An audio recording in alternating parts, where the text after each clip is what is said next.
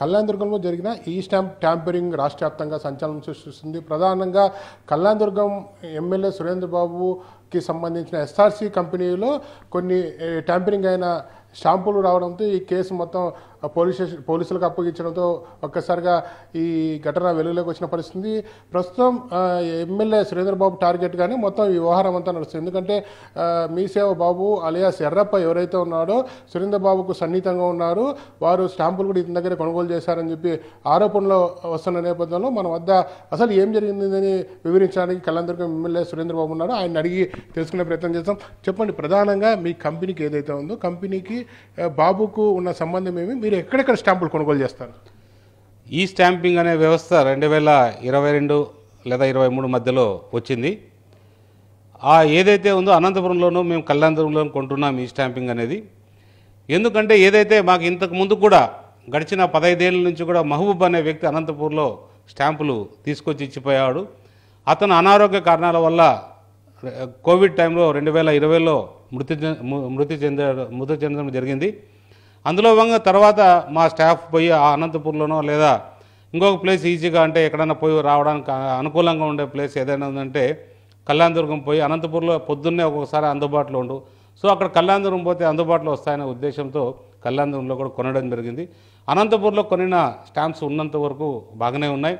ఏదైతే కళ్యాణదుర్గంలో కొన్నామో 23.5 లక్షల స్టాంపులు కొనడం జరిగింది. అందులో 18 లక్షల రూపాయలు ట్యాంపరింగ్ చేశారు. ఆ 18 లక్షల రూపాయల ట్యాంపరింగ్లో మొన్న శుక్రవారం రోజు ఏదైతే ఉందో మా డాక్యుమెంట్స్ చెక్ చేస్తుంటే మా ఆఫీస్ ఇంటర్నల్ ఆడిట్ వాళ్ళు ఒక క్యూఆర్ కోడ్ కొడితే అది 100 రూపాయలు చూపించడంతో షాక్ అయ్యారు. మళ్ళీ 2-3 సార్లు కొట్టారు, సేమ్ వచ్చింది.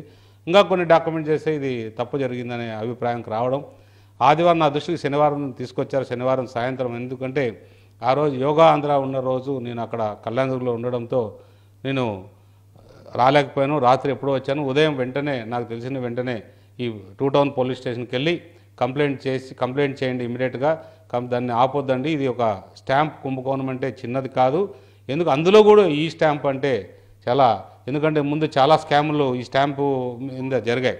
సో ఈ స్టాంప్ ఎందుకు తెచ్చారంటే ఇది ఎటువంటి బస్సులో కూడా ఎవరు కూడా దీన్ని ట్యాంపరింగ్ చేయకూడదనే ఉద్దేశంతో దీన్ని తేవడం జరిగింది. కాబట్టి మీరు కంప్లైంట్ ఇవ్వాలంటే ఆ కంప్లైంట్ ఇచ్చారు. అది పోలీసు వారు ఎంక్వైరీ చేస్తున్నారు. కానీ దీన్ని చూస్తే ఒకటి మాత్రం నాకు అర్థమవుతుంది. ఎందుకంటే 2021-20లో ఖచ్చితంగా జగన్ రెడ్డి గవర్నమెంట్లో ఏదైతే మన స్టాంపింగ్ వ్యవస్థనంతా ఒక ఏజెంట్కి అప్పజేయడం జరిగింది. ఆ ఏజెంట్ ద్వారా రకరకాల వ్యక్తులకంతా రాష్ట్రంలో ఏజెన్సీ ఇవ్వడం, అందులో భాగంగా ఇతనికి కూడా 2021లోనో ఆ ఏజెన్సీ దక్కింది. అంటే వైఎస్ఆర్ గవర్నమెంట్లోనే ఈ ఏజెన్సీ అతను తీసుకున్న తర్వాత ఇది జరుగుతూ వచ్చిందంటే అప్పటి నుంచినే అక్కడున్న వ్యక్తే ఈ అక్రమాలకు పాల్పడుతున్నాడు అనేది ఒక దృఢమైన నాకు నమ్మకం. ఆ నమ్మకాన్ని వీళ్ళు నిజం చేశారు. ఇప్పుడు ఎవరైతే మీసేవ బాబు అనే వ్యక్తి ఉన్నాడో అది నిజం చేశారనేది నా ఆలోచనగా భావిస్తున్నాను. ప్రధానంగా ఏదైతే ఉందో మీరు స్టాంపులు కొనుగోలు చేస్తున్నాం, 18 లక్షల వరకు ట్యాంపరింగ్ జరిగినట్టు మీరు చెప్తున్న పరిస్థితి ఉంది. అంటే గత కొన్ని రోజులుగా జరుగుతున్న ఈ వ్యవహారం మీరు చెక్ చేసుకోలేదా? ఎప్పుడు మీ స్టాంపుకు సంబంధించి ఎందుకు క్షణంగా ఈ సమయంలో చెక్ చేసుకున్నారు? ఎందుకంటే గతంలో మీకు ఇంటర్నల్ ఆడిటింగ్ జరుగుతాయి, ఇవన్నీ జరుగుతాయి, ఎందుకు ఈ సమయంలో చేసుకున్న ఒక ఆరోపణ కూడా వస్తుంది. ఏం జరిగింది అసలుకి? చెప్పాను కదా, మా వాళ్ళు ఇంటర్నల్ ఆడిట్ చేస్తున్నప్పుడు అనుకోకుండా ఇంట్రెస్టింగ్గా క్యూఆర్ కోడ్ కనపడితే చేసుకున్నారు. జనరల్గా రోజు జరిగే ప్రాసెస్ 100 స్టాంపులు కొంటున్నాం. మా బిజినెస్ ఏదైనా మా ఎస్ఆర్సి బిజినెస్ కానీ ఏ ఇతర వ్యాపారస్తులు కూడా రోజు ఒక వెహికల్ లీజుకి ఇవ్వాలన్నా కొనాలన్నా లేదా మన బ్యాంకులో మనం ఏదైనా చేయాలనుకున్నా ఏదానికైనా కూడా ఈ స్టాంప్ అవసరం. అంటే 100 స్టాంపుల్లో జనరల్గా ఈ స్టాంప్ వ్యవస్థ ఎవరు కూడా ఇంతవరకు కూడా ఫోర్స్ చేస్తారని నేనే కాదు, నేను చెప్పిన తర్వాత చాలామంది కూడా ఆశ్చర్యానికి గురవుతున్నారు. ఇలాంటివి కూడా ఫోర్జరీ జరుగుతుందా, ఇలాంటివి కూడా ట్యాంపరింగ్ జరుగుతుందనే దానికి వచ్చారు. అంతే తప్ప దీన్ని నిర్లక్ష్యం అనుకోకూడదు, ఇంకోటి అనుకోకూడదు. ఇది ఎందుకంటే ప్రతి ఒక్కరు కూడా దీంట్లో బ్యాంకర్స్ కూడా చూస్తూ అంటారు, అందరూ చూస్తూ అంటారు. మేము దీంట్లో బ్యాంకర్ని మోసం చేయడానికో లేదా ఈ స్టాంపింగ్ మోసం చేయడానికో కాదు. దాని విలువ మొత్తం 23,50,000 రూపాయలు. 23,50,000 రూపాయలు నేను మోసం చేయాల్సిన అవసరం నాకు లేదు. అంటే మీరు చెప్తున్న విధంగా ఇప్పటికే మీరు కొన్ని ఏదైతే ట్యాంపరింగ్ అయినాయని చెప్తున్నారో ఆ ట్యాంపరింగ్ అయిన స్టాంపులు బ్యాంకులకు ఇచ్చారా? మరి ఈ ప్రాసెస్ ఏమైనా జరిగిందా? కొన్ని ఇచ్చాం, ఖచ్చితంగా బ్యాంకులకు కూడా ఇచ్చాం. ఎందుకంటే మా మీద ఉన్న బ్యాంకులకున్న ట్రస్ట్ కావచ్చు, ఏదైనా కావచ్చు, బ్యాంకులకు కూడా ఇచ్చాం. ఈ మిస్టేక్స్ అయినా కాబట్టి కమిషనర్ గారికి కూడా ఒక లెటర్ ఇవ్వడం జరిగింది. అలాగే మన కలెక్టర్ గారికి వీళ్ళు కూడా లెటర్ ఇవ్వడం జరిగింది. ఇవన్నీ కూడా ఒక అమెండ్మెంట్ చేసి కొత్త స్టాంపులు ఇచ్చేటట్టు కూడా రీప్లేస్ చేయమని చెప్పి అడగాం. ఆ ప్రక్రియ కూడా ప్రారంభమైంది. ప్రధానంగా విపక్షాలు ఆరోపిస్తున్న విధంగా ఏదైతే ఉందో మీ సేవకు సంబంధించిన ఒక నిర్వాహకుడు సామాన్యుడు ఇంత పెద్ద స్కామ్కి సంబంధించి చేయలేడు, ఎమ్మెల్యే ఎవరైతే ఉన్నారో ఎమ్మెల్యేతో సన్నిహితంగా ఉన్నాడు కాబట్టి చేశారని చెప్పి విపక్షాలు మీపైన ఆరోపిస్తున్న పరిస్థితి. అలాగే 100 కోట్లు సంబంధించి కూడా ప్రభుత్వానికి డబ్బులు ఎగరడానికి ఇవన్నీ చేశారని చెప్పి చెప్తున్న నేపథ్యం, దీన్ని ఎలా చూస్తారు మీరు? ఏదైతే మీ సేవ బాబు గురించి మీరు అడిగారో, మీ సేవ బాబు అనే వ్యక్తి నాకు పరిచయం అయ్యేది, ఎన్నికల ముందు పరిచయం అయ్యేది వాస్తవమే. అతను మా పార్టీ కార్యకర్తనే.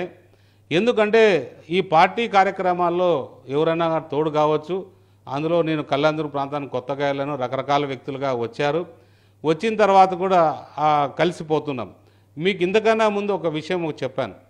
ఏమి 2020-21లోనే వాళ్ళు ఈ స్టాంపు ఏజెన్సీ అతను తీసుకున్నాడు. ఆ ఏజెన్సీ తీసుకొని 2022 నుంచి కూడా 23 నుంచి కూడా తన భార్య పేరు మీద రన్ చేస్తున్నాడు. తన భార్య పేరు మీద రన్ చేస్తున్నప్పుడు 20 వీళ్ళతో ఉన్న పరిచయాలు ముందున్న వైఎస్ఆర్ గవర్నమెంట్లోనే ఇతనికి వచ్చింది. ఆ రోజు కూడా ఏమన్నా ఇది దింపి నా పక్కన చేరేటట్టు చూసి దీనికి ఏదైనా ఉసిగొలిపారా ఇదే రంగయ్య లాంటి వ్యక్తులు. ఎందుకంటే ఈ రంగయ్య కూడా చిన్న వ్యక్తి ఏం కాదు. ఇది ఇంతకుముందు కూడా ఇతను ఒక స్కాము వాళ్ళ ఎంపీ ల్యాడ్స్లో బయటపడితే ఓపెన్గా తప్పు జరిగింది, ఆ వ్యక్తి నేను పొరపాటున నేను చేశాను, నేను డబ్బులు వెనక్కిస్తానని చెప్పి వస్తే కూడా ఆ డబ్బు ఇంతవరకు కూడా ఆ డబ్బు రికవరీ చేయించలేదు ఈ రంగయ్య. అంటే అతను కూడా ఒక అవినీతిలో భాగస్వామే. పూర్తిగా రంగయ్య మీరు బయటకు కనిపించే రంగయ్య కాదు, అవినీతి పరుడే. పూర్తిగా రంగయ్య కూడా అవినీతి పరుడే. ఎందుకు అధికారిగా ఉన్నప్పుడు నువ్వు ఎన్ని అవినీతులు చేసినావో అందరికి కూడా తెలుసు. ఆ అవినీతులను కూడా నువ్వు చూపించుకోవాల్సిన బాధ్యత నీ పైన ఎంతైనా ఉంటుంది.